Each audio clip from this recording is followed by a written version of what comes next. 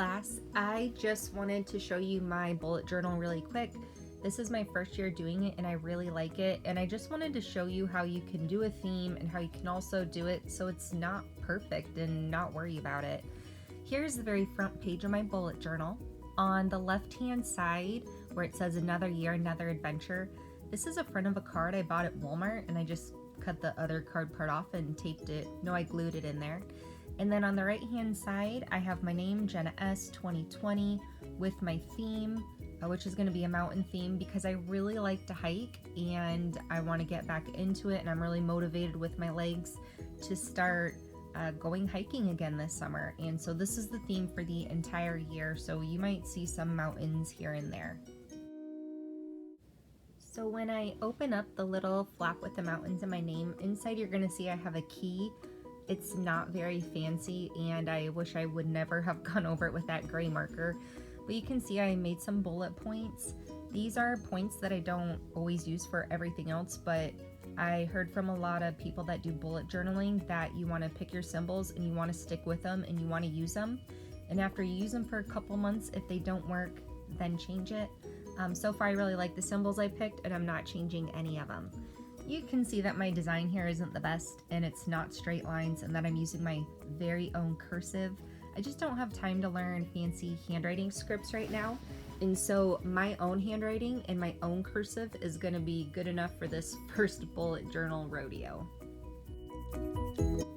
My next page is out of an Oswald Chambers devotional book, and my dog actually ate the corner of it and ruined all the pages, and I had to get another one.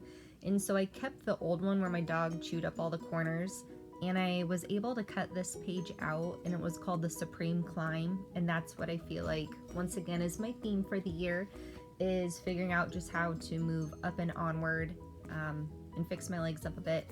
And so I just cut this out and taped it in there. I drew some lines in the background. It's not fancy, it just worked and I didn't care, and so I threw it in anyway.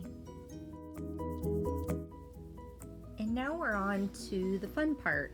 These pages are not necessary at all, but you'll see on the left I did 2020 and I drew some different kinds of mountains with just a black marker, and I added little stars in a gold pen. And then on the right hand side I added a year-long calendar, year at a glance.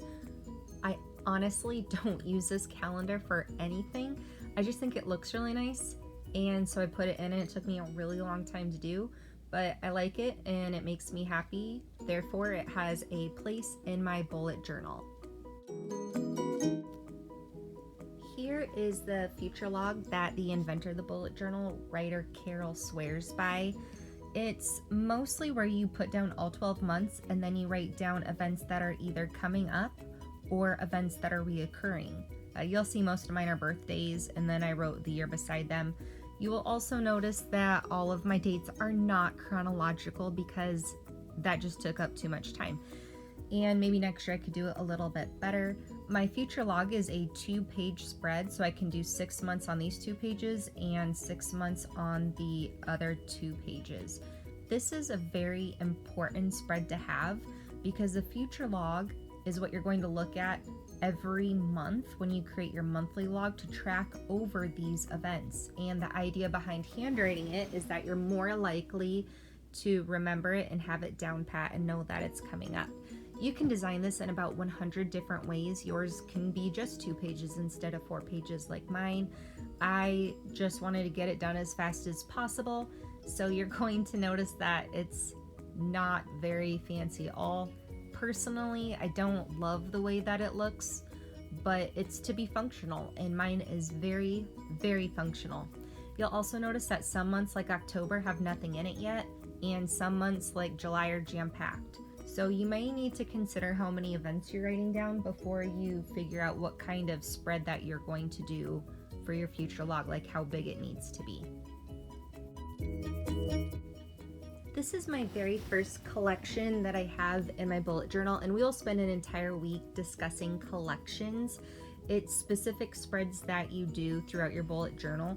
For me, I needed a barometric pressure key to track the pressure so I know that if my legs hurt on a certain day, if that could be due to pressure or due to exercise. I don't imagine any of you will recreate this log at all, but I have seen other people do different ideas with this, like a year in pixels, where instead of a key of pressure, you do a key of moods or emotions or how you felt that day went, and then you color code it. That's pretty cool, and I will show you a lot of examples of even cooler collections when I do my how-to videos. This is another collection, but certainly not a cooler collection, if you will. It's a brain dump. So on these 2 pages, I give myself permission to write anything I want super quick. Doesn't have to be pretty while it's on my mind. And then I can find the appropriate place for it later. So if it's a task, if it's something I need to do, I can add it to my weekly tasks. You can see that sometimes I just use it for lists. That's a-okay. I will use this page until I completely use it up, and then when I'm ready, I will flip the next page in my bullet journal wherever I'm at and create a new brain dump. After all of these front pages where our bullet journal can be really front loaded, now we're going to get to the nitty gritty. This is the very first monthly spread that I had created since I started in February, and I just want to see what it would look like. Therefore, it's empty because I still had all my stuff in my other planner and on my Google Calendar. And so here you're going to see it's pretty simple. It's nothing fancy. And that's what I like about it. It doesn't take long to set up. I can get it done quick, and then I can add to it later. You're gonna see I have little dots by certain days, and that's just to coordinate some pickup times that I have to do. And I like it, so I kept it. If I don't like to use color, I wouldn't have to use any color. I could just keep it black and white.